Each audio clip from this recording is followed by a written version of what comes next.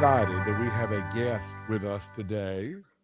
2017, I don't know how long Neil had been living in town, but he had been in town a year or two, and I had told him we need to go to the King Center, and we need to go to Ebenezer on MLK Day. We need to go to Ebenezer on MLK Day. I know people, we have no problem getting in, we need to go. So we decided we were going to go, 2017. We got up early, put our suits on, went down to the Ebenezer, stood in the longest line you could ever imagine, and then we were met with, sorry, there's no more room. It's like, I was so embarrassed because I'd been telling Neil that I'm connected, we can get in, no problem. I wasn't really connected at all, and we couldn't get in. So I said, well, what do you think about just going back to the house, and we'll just watch all day, the service, we'll just watch it on television. So that's what we did. I don't know if you remember 2017, there had just been a change in administrations from 8 years of the Obama administration, and we were entering a new world. And so on the platform that day, there were people like Bernie Sanders who spoke, and just some incredible speakers, but nobody compared to this 15-year-old boy that stood up to speak and just killed it. I mean, Neil and I look at each other, and it's like if he wants to be president, he will be president of the United States. He is that captivating. He is that great. And so we were blown away. And Neil, I think, even put a video together, and I think shared it with his mom, and they were able to put it out. It was a wonderful video. Many of you have seen it this week. Martin dreamed when it was time to dream. Rosa sat when it was time to sit. Barack ran when it was time to run. Now is the time to rise up together as one.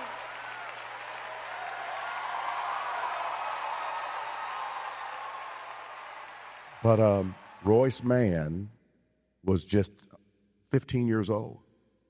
And I remember later, we were at Pride. Remember the year we were all big presents at Pride, and I think Royce and his mom came by, and I think that was maybe the first time you got to really spend time with him, and that was great.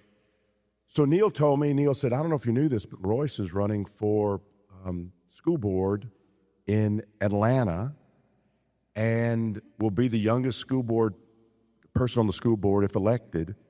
And Neil and I talked, and it's like, we want to be connected with this young man. This young man, if he chooses to be president, he will be president one day. But right now, he's just going to be on school board. But I wanted all y'all to meet him, and we are excited. He's going to share with us a little bit about what's going on, a little bit about, where's Gene? His grandmother or great-grandmother had something in common with you. Maybe he will mention it, but would you give it up to our new friend, Royce Mann? Royce, thank you for being here. Thank you.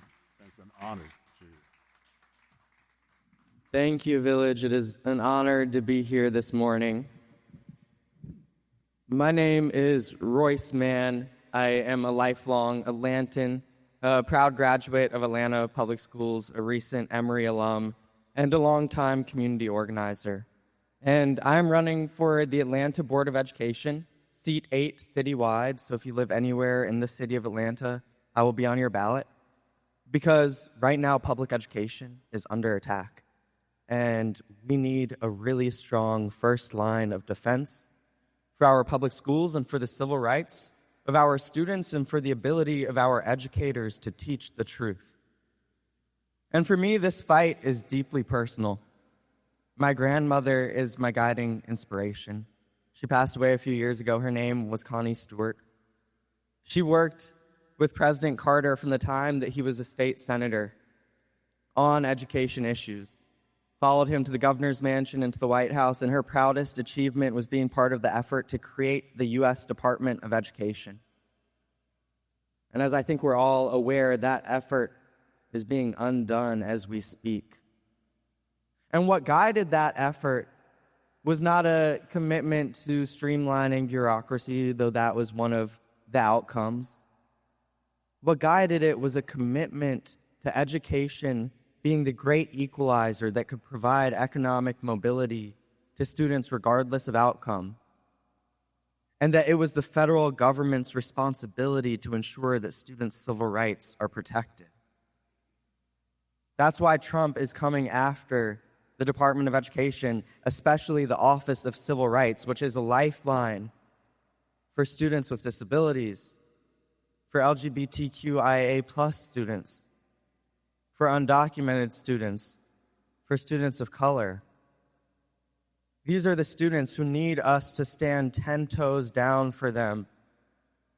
And they need board members at the local level who will fight, whether that's on the board dais, whether that's in the streets, whether that's at the state capitol, whether that's traveling to D.C. and demanding better for our students and educators.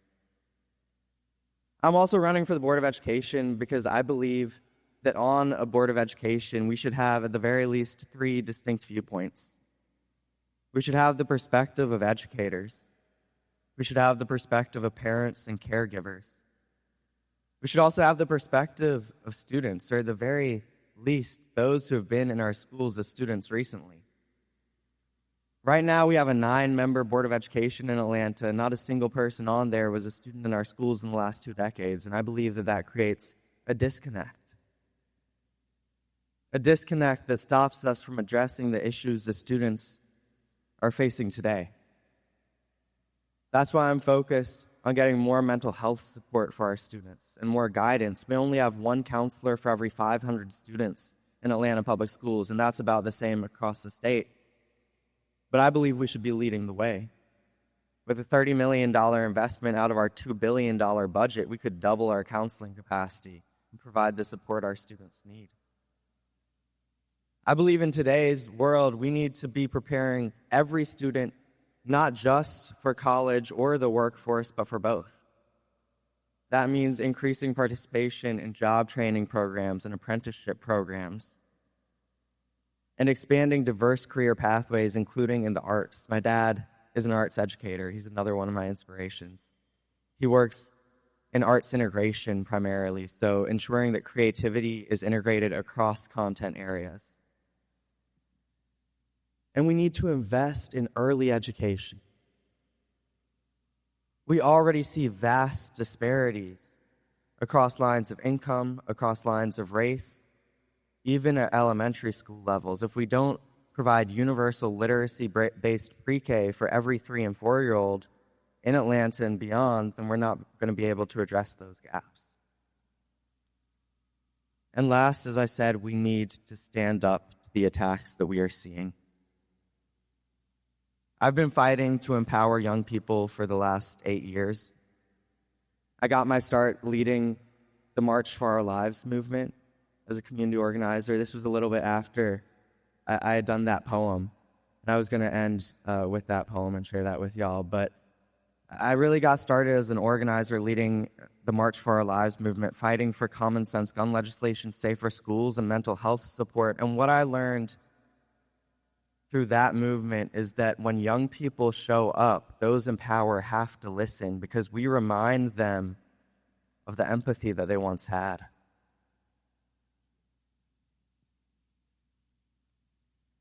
And that is the power that I'm working to help every young person find. That's the power that I was able to find when I was invited to speak at the King Center, or at Ebenezer, at King Day commemorative service hosted by the King Center. So I'll close with the poem that I shared that day.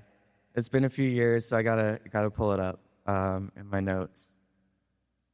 And I've changed it a bit because I think it's a piece that remains very relevant, but as things have happened, I've added some lines. Let's rise up. Let's rise up with those overlooked and undervalued by society. The black man who walks down the street on the way to his job, it's his first day as an 8th grade English teacher. The same man who has a son, his pride and joy, who tells that son that life can be hard, but anything is possible. The black man who walks down the street on the way to his job only to pass a white woman clutching her purse a little too tightly. Let's rise up with the boy labeled girl at birth.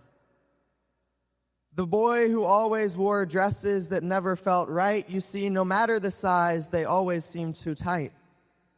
The boy with the parents who claimed to love their daughter only to disown their son.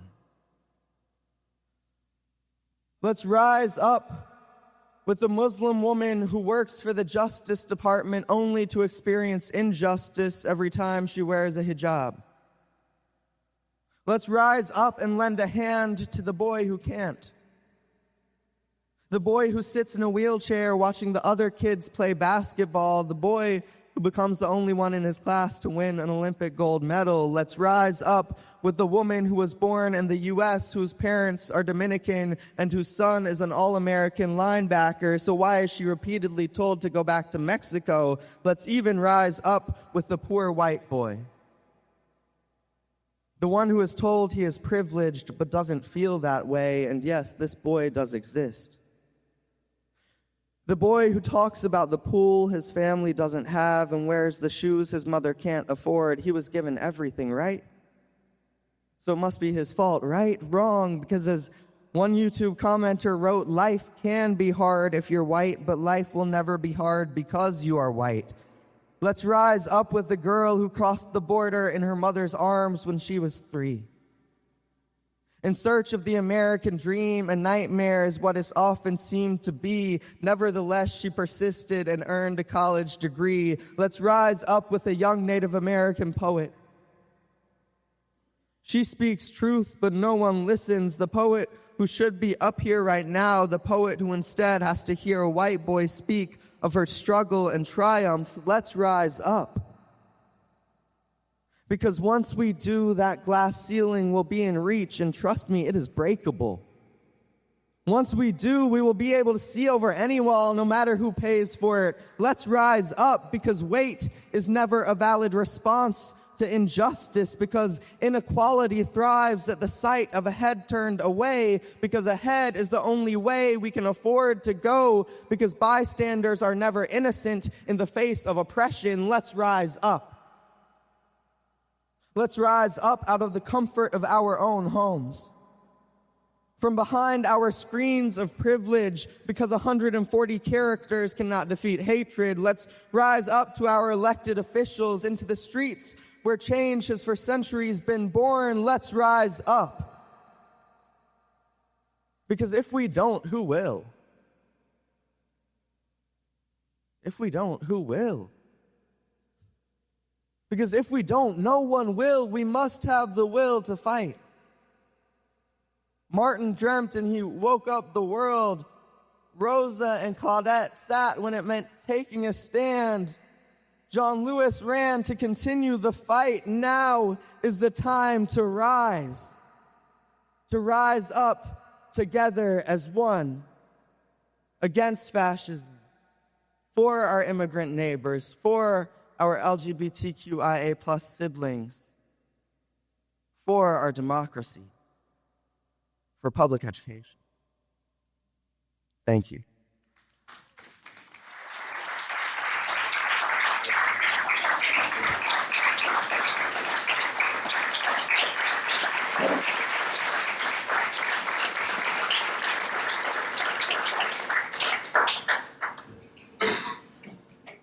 I'd vote for him for anything. Anything.